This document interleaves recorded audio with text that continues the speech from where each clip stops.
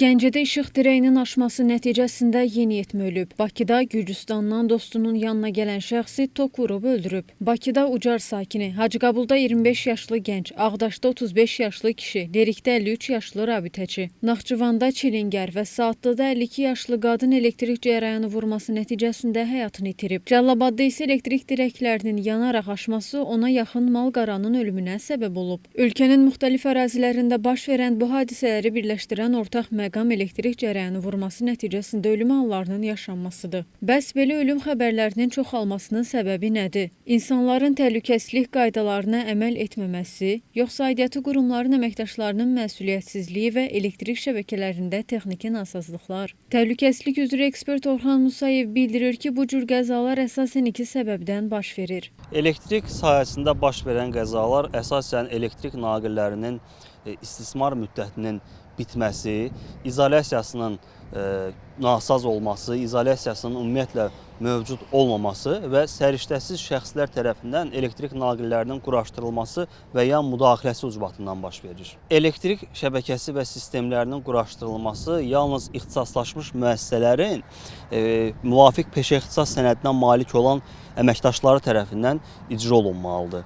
Bu işlərin qeyri-peşəkar şəxslər tərəfindən icra olunması həm elektrik sistemlərinin işlənməsi zamanı hər hansısa bir təhlükə riski, həm də bu sahə ilə məşğul olan qeyri-peşəkar insanların həyatı üçün təhlükə yaradır. Bəli, yalnız ixtisaslı şəxslər elektrik sahəsində baş verən qəzalara müdaxilə etməlidir. Amma bu müdaxilə bir çox hallarda gecikir. Qəribə olan odur ki, ölüm itin baş verməyənə kimi qəzalı vəziyyətlərdən aidiyyatı qurumların və onların ixtisaslı əməkdaşlarının xəbəri olmur. Bu qurumlar daima hadisə baş verəndən sonra məsələdən xəbərdar olur və baş verən qəzanın nəticələrini aradan qaldırıb sudan quru çıxırlar. İstismar müddətini başa vurmuş dirəklərin müəyyən edilməsi üçün monitorinqlər vaxtı-vaxtında aparılırmı? Xüsusilə problemli hesab edilən ərazilərdə hər hansı bir hadisə baş vermədən əvvəl niyə tədbir görülmür? Məsələ ilə bağlı Azərişıq Açıq Səhmdar Cəmiyyəti ilə əlaqə saxladıq. Qurumdan sorğumuza verilən cavab belə oldu. Son illərdə Azərişıq Açıq Səhmdar Cəmiyyəti tərəfindən həyata keçirilən təmir, bərpa və yenidən qurma işləri nəticəsində hər il ölkə ərazisində 100-dən çox kəndin elektrik şəbəkəsi yenidən qurulur. Köhnəlmiş elektrik dayaqları və xətləri yenisi ilə əvəzlənir. Müasir transformator məntəqəsi və komplekt transformator məntəqəsi quraşdırılır. Həmçinin elektrik təsərrüfatı istismar müddətini başa vurmuş ərazilərdə layihələndirmə işləri aparılır. Mərhələli şəkildə həmin ərazilərdə də quruculuq abadlıq işləri davam etdirilir. Görülən bu işlərə paralel olaraq, kəndlərdə qəzalı vəziyyətdə olan dayaqlar da yeniləri ilə əvəzlənir. Statın sonu. Məsələ ilə bağlı Energetika Nazirliyi ilə də əlaqə saxladıq. Nazirlik bizi Enerji Məsələlərini Tənzimləmə Agentliyinə yönləndirdi. Agentlikdən isə bildirildi ki, elektroenergetika sahəsində nəzarət müvafiq qanunvericiliyə uyğun olaraq həyata keçirilir və aşkar edilən pozuntuların aradan qaldırılması məqsədi ilə subyektlərə yazılı göstərişlər verilir. Aidiyyatı qurumlar tərəfindən istismara yararsız elektrik təsərrüfatında yenidən qurma işləri tədbirlər planına uyğun olaraq yerinə yetirilir. İstismar müddəti başa çatmış hava elektrik veriliş xətləri, elektrik dayaqları, elektrik qurğu və avadanlıqları paylayıcı sistem operatoru tərəfindən müəyyən edilməli və müvafiq tədbirlər görülməlidir. Bildiririk ki, Azərbaycan Respublikası Energetika Nazirliyinin kollegiyasının 2024-cü il 12 iyun tarixli 3.15.312 2024 nömrəli qərarı ilə təsdiq edilmiş elektrik qurğularının texniki istismar qaydalarının 8.11-ci bəndinin tələblərinə əsasən gərginliyi 0.4, 220 kW olan ümumi təyinatlı dəmir beton və metal dayaqlı hava elektrik veriliş xətləri üzrə 10 ildə bir dəfədən az olmayaraq, ağac dirəkli hava veriliş xətləri üzrə isə 5 ildə bir dəfədən az olmayaraq hava elektrik veriliş xətlərinin əsaslı təmiri istismarçı tərəfindən həyata keçirilməlidir. Statın sonu. Ölümlərə və problemlərə göz yuman qurumların standart cavablarından sonra Bakıxanov və Qaraçuxur sakinlərinin qaynar xəttimizə etdiyi müraciətin arxasınca getdik.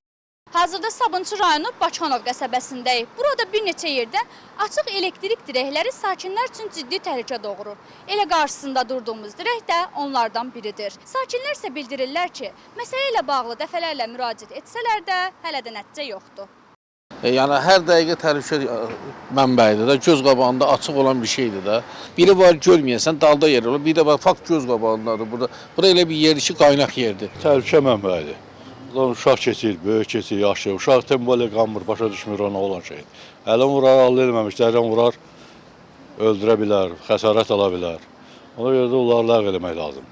Yağış zad yağanda özümüz qorxa-qorxa keçirik ki, buradan ki, aman Allah bizi yanı tok vura bilər də. İşıq dirəkləri ilə bağlı Bakı Şəhər İşığı Elektrik Şəbəkə Müəssisəsi ilə əlaqə saxladıq. Müraciətimizdən sonra əraziyə baxış keçirildi və qeyd edilən problem aradan qaldırıldı. Qurumdan o da bildirildi ki, Bakıxanov qəsəbəsi Gənclik küçəsində kabeldə problem yarandığı üçün küçə qaranlıq qalmasın deyə kabel müvəqqəti calaq olunub. Artıq həmin calaq ləğv olunub, kabel dirəyin daxilinə yerləşdirilib. Bəli, qurumlar hamısı vaxtında monitorinq keçirdiklərini, problemli ərazilər müəyyən edildikdə aidiyyəti üzrə müraciət edildiyini və aradan qaldırıldığını bildirən cavablar verir. Bakıxanov qəsəbəsindəki açıq naqilləri isə aylarla sakinlərə təhlükə yaratmasına, dəfələrlə müraciətlər olunmasına baxmayaraq əraziyə çəkiliş gəlməmiş problemin həllini tapmadığı bir çox ərazidən sadəcə biridir. Bu isə o deməkdir ki, sakinləri səbirlə gözləyən, hələ ki, çəkiliş çağırılmayan bir çox kənd və qəsəbədə cərəyan vurması halı yaşana bilər. Bəs bir nəfər elektrik cərəyanı vurarsa, təcili yardım gəlinədək ətrafdakı insanlar ilk tibbi yardımı necə etməlidir? Əvvəllər elektrik cərəyanı vurmuş insanlara yardım etmək üçün onu torpağa bastırdılar. Bu çox səhv fikirdir. Bu addımla həmin insanın vəziyyətini daha da ağırlaşdıra bilərik. İlk növbədə xəstəyə kömək edən şəxs özü də öz təhlükəsizliyini gözləməlidir. Əgər mümkündürsə, elektrik cərəyanını şəbəkədən söndürmək lazımdır, ayırmaq lazımdır. Sonra xəstəyə yardım etmək lazımdır. Mümkün deyilsə, müəyyən quru alətlərlə, quru taxtalarla, rezin materiallarla, rezin alətlərlə həmin zərər çəkəni elektrik cərəyanından ayırmaq lazımdır. Elektrik cərəyanından ayırdıqdan sonra isə xəstəni rahat bir yerə uzadıb, yaxasını açırlar. Təcili yardım briqadası gəldikdən sonra öz yardımlarını edir. Elektriklə bağlı təhlükəsizlik məsələlərində həm vətəndaşların fərdi məsuliyyəti, həm də aidiyyəti qurumların operativliyi həlledici rol oynayır. Lakin təəssüf ki, indiki reallıqda sistemli nəzarətin və preventiv tədbirlərin çatışmazlığı birbaşa insan həyatına və sağlamlığına təsir edir. Aytən Verdiyeva, Xaliq Babayev, Nuray Qədirli, APA TV.